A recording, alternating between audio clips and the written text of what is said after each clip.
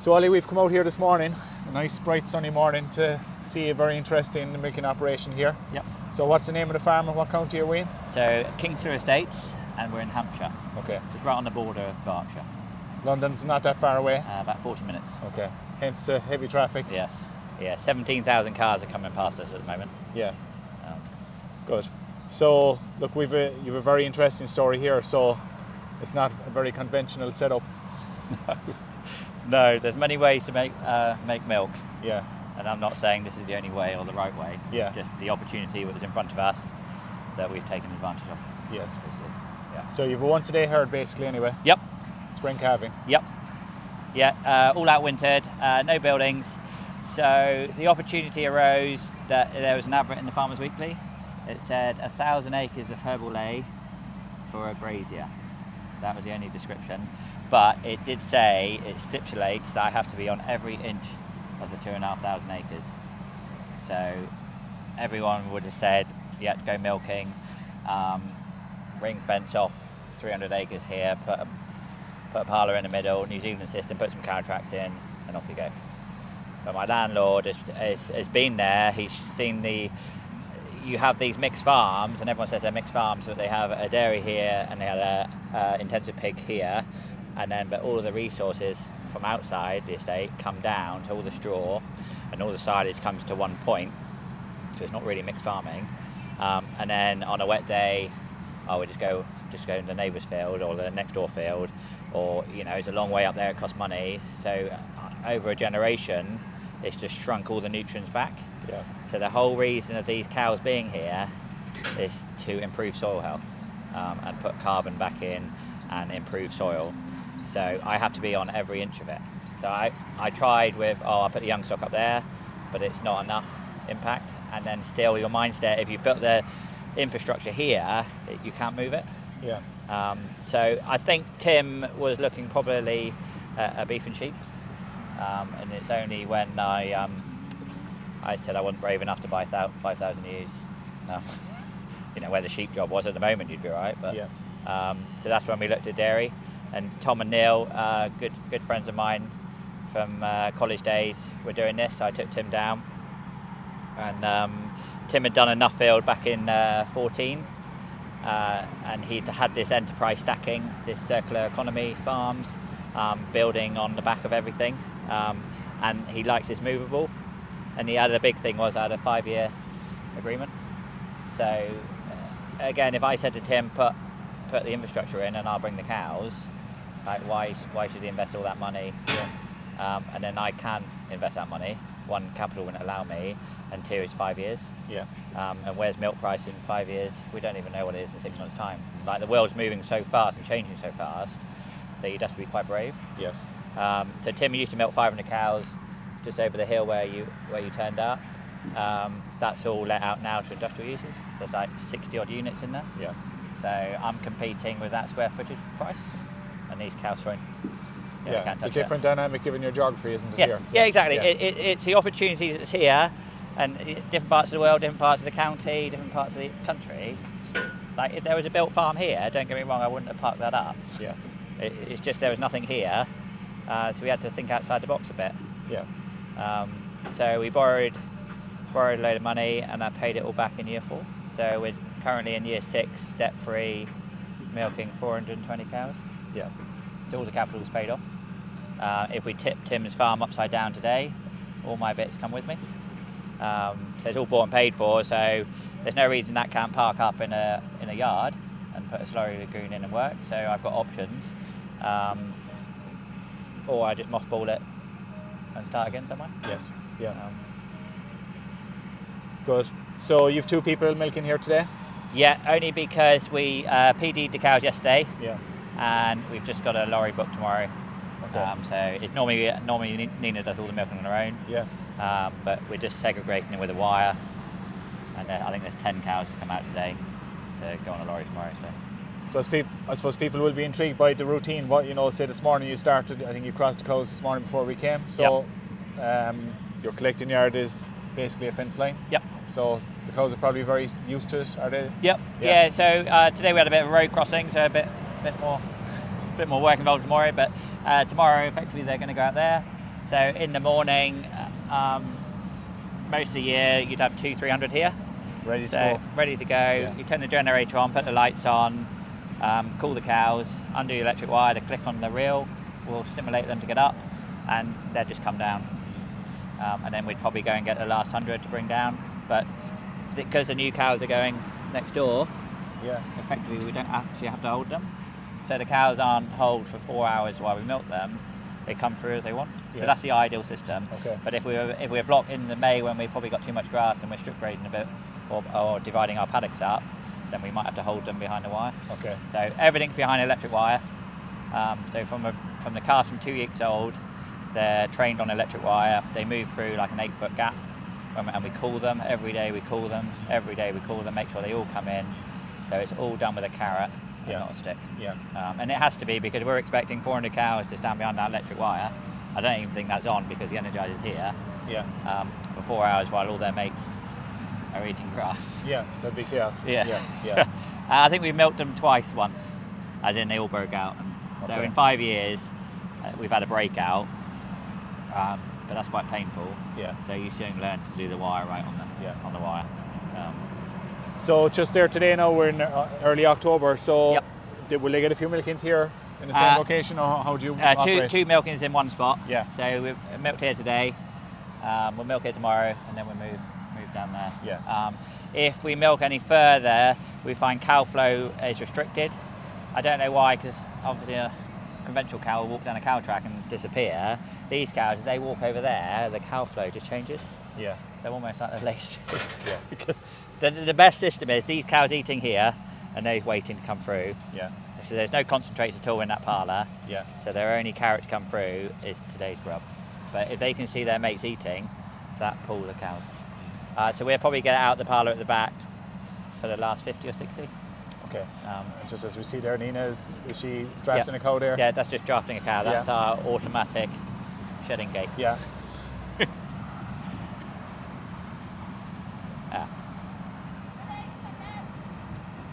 Don't watch that bit. They're not used to doing it, basically. Okay. So this is what we do at AI. Yeah. We would hold them behind the wire, and then we'd serve them in the parlour. Okay. But we only do 21 days. Right. For that reason, that they're just not used to being held. Yeah. If she goes down in there and then comes around, she's fine. Yeah. But So how many units in the parlour? 20. 20. Yeah, just a Waikato. Although we just put some Milk Tech ACRs in there. Okay. More so for some data. So that was a brain to put the milk meters in. We had the Waikato milk meters, but because of depends what angle you're at. Some cows give 35 litres and some give 10, and it depends on the day where the angle is. So we're just going to put a little bit of tech in there, just to see if we can pick up the bottom 10%. Okay. So the cows walk up a ramp anyway, basically at the back, Yep. and they're well used to that. Yep. Yeah. Slope. They don't like slopes. There's pressure on their front feet.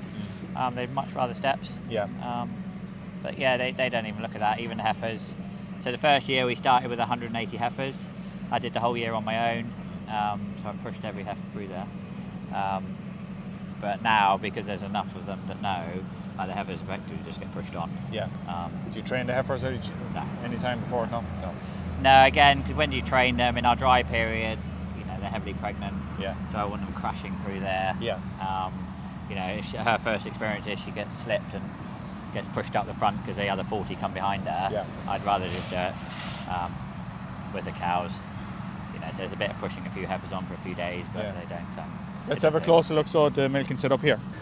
So what length is this, Ollie? Oh, we've got about It's 50 long foot. anyway. Yeah, 50 foot. Okay. By about 17 foot. Yeah. So it doesn't really do gateways. As in, it's not, you need the land mass to do it. And a lot of Tim's fields are probably 80 acres average size. Okay. So we've got the capacity to move it around. Yeah. But it only moves, it moved from here to where the water drop is. Yes. So like 30 minutes would have moved the whole thing. Parlour, everything? Yeah, everything is Truck this, as well. yeah. So by the time you probably walked your cows back to her and shut them in, down a cow track, I would have moved this. Okay. Or you scrape your collecting yard or whatever you do. Yeah. So you've rams then coming down, have you Yep. stabilisers? Yeah, so Keep it plugged level, is into hydraulics on the tractor. Yeah. Activate the spool, and then just eight rams that come down. And So- do you adjust all of those individually depending on the site you're on Yes. or not? Yeah. Okay. Yeah. So there's 2 levers at the front, 4 in the middle, and 2 at the back. Okay. So that's setting it up with a level, but you soon learn how to have it. So the operators then are at ground level inside? Yeah. Yeah. Good. So you have a generator then? Yep. 3-phase or whatever? Guess it would be 3-phase, yeah. Yeah. It's 85 kVA. Yeah. I think we need, for that to be on, I think we need 65, Okay. but then you don't want to really be, you're out in the middle of the field, you don't really want to have it under strain. Yeah. So this side you'll probably see, it's a generator glide through cooler. Yeah. So that's taking it down to 4 degrees while we milk. So it's going into the lorry.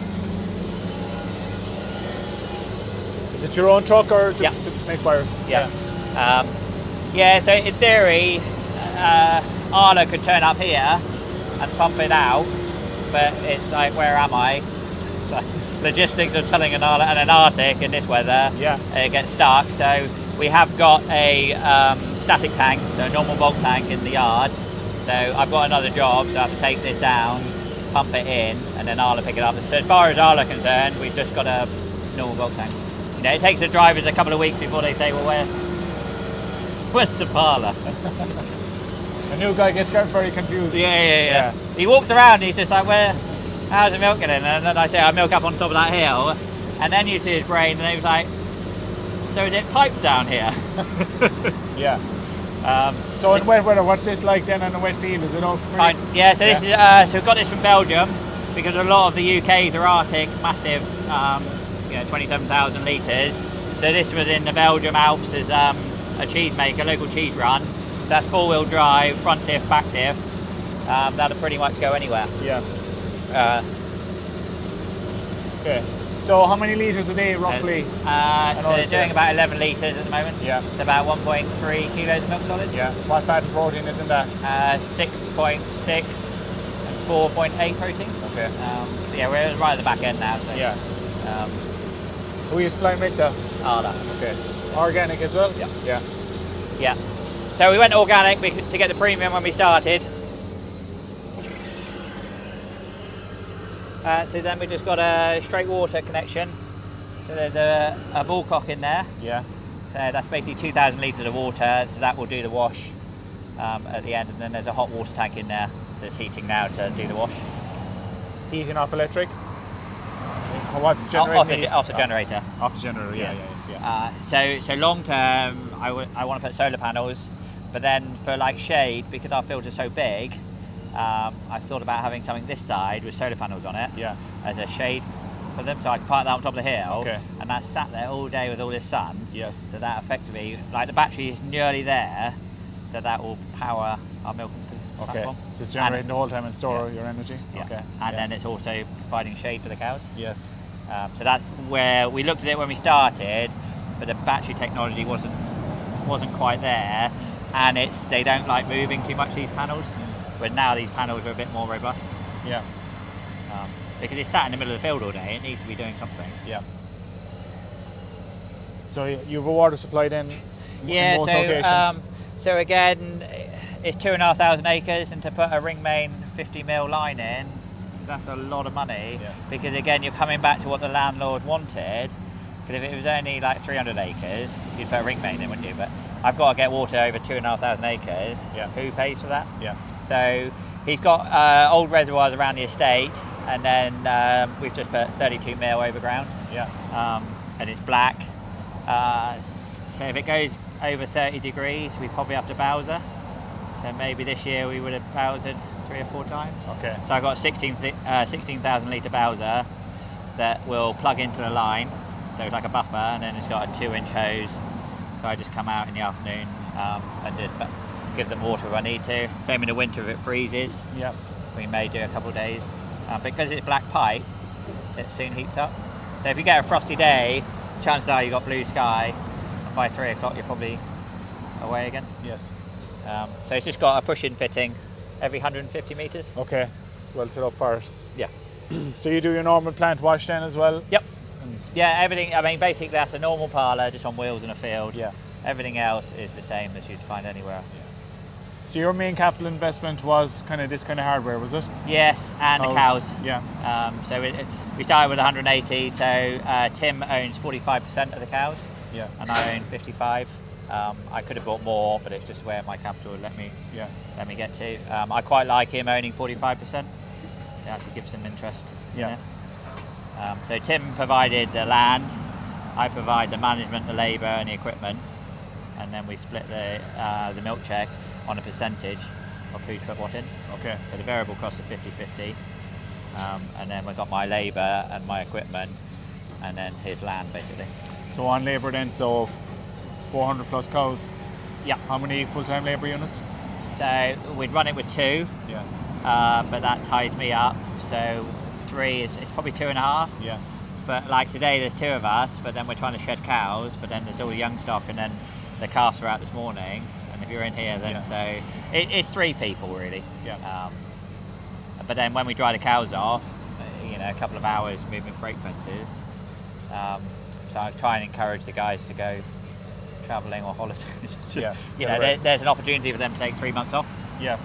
In the winter. Yeah. I don't want them here in the mundane.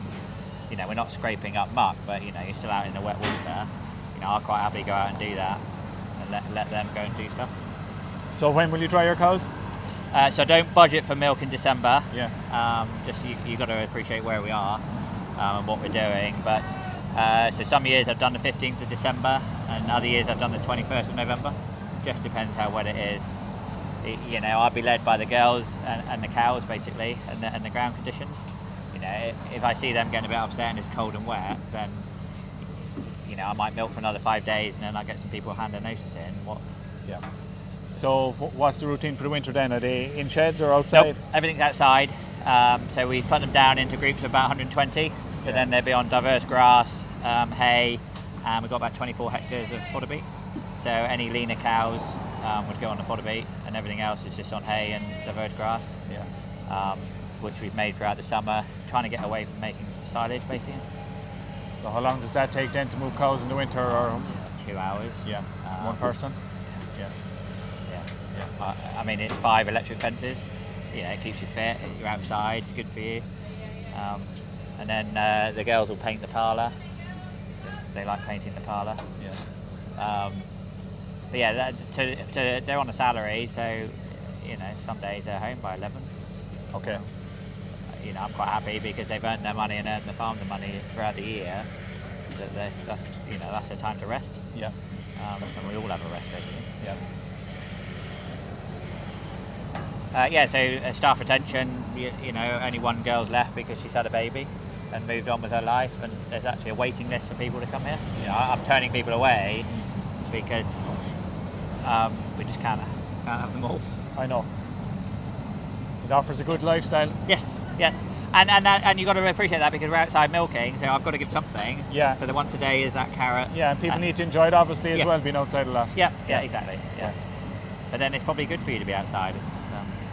So what benefits has the estate seen in terms of the carbon and the regeneration, as you said? So we're in year 6, so whether you believe this, but so the baseline figures were probably 2s and 3s of organic matter, and now we're probably 8, 9s and 10s. Yeah. If you believe that data. But I mean, that's what the soil samples are telling us. It's probably a longer journey than we thought. It's hungry soil, and we're only in year 6 coming out of conventional farming. So we're probably in that blip of organic, conventional. If you look at some research, by the time you get to year 7 and 8, it's like the mindset of the farmer and the land all getting in that crucible point of, do you jump back out because you've gone through all that pain and now you're finding a few too many weeds, and it's like, it's not performing. But I think you've got to go through that and let the soil really come through. So that's where we're kind of at the moment. And we've had a dry year again. We've had two funny seasons. So is the estate then producing organic crops? Yeah. So the other half of this, so we're effectively building the fertility for 5 years, and then the estate then has the other half comes out into arable crops. Right. So organic arable crops. Such as what? So we've done all sorts: quinoa, oats, wheat, oilseed rape, barley. Yeah, just a bit of a mixture really. But then again, the arable side is probably trying to find its feet in the organic market as well. But now with the SFIs coming in, it's kind of... There's a good balance coming maybe there, yeah.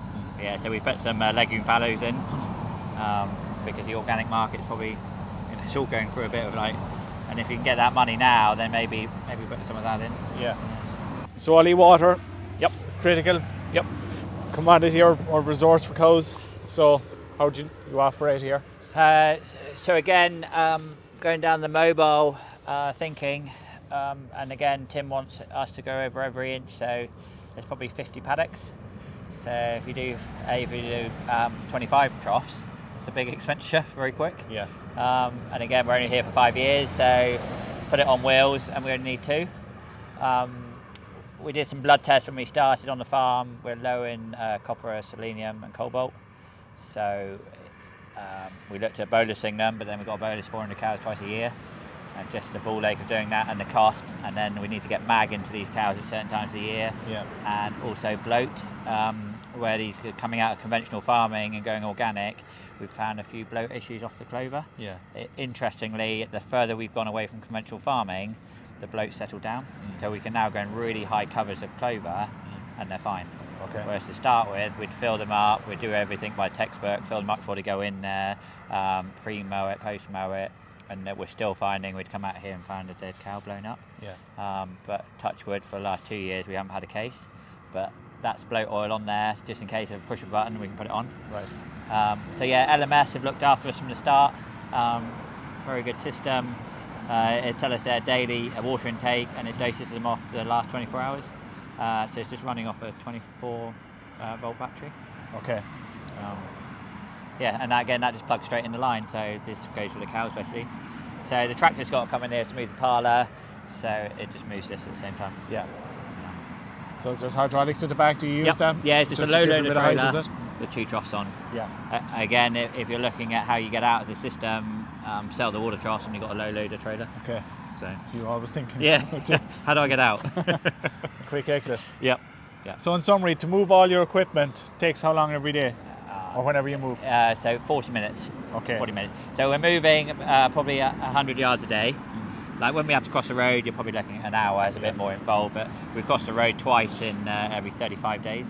Okay. So it depends on the cropping and where the arable blocks are. We've got to go through the arable block. There's a bit more, but if you're in your rotation, you're moving 100 yards, 40 minutes, you'll be home. Yeah. So how many moves in a rotation then? So 35 days we're on now, so we're 35 moving every other rotations. day. So okay, fine. What's that? Yeah. 15, 16 times. Yeah. And you usually go to the same part of the field, or? So ideally, we'd move it, but you soon find out how level a farm is. Yes. And where the water is. Like the water is not so much of an issue because you can pipe up. Yeah. But so this field here, I think this might be 80, 90 acres. It goes right over the hill, but this is the only level bit. So we're always milking at the bottom here on the level bit. Yeah. But in an ideal world, we'd be moving up every time. Yeah. And you will see there's a lot of fertility where we've milked.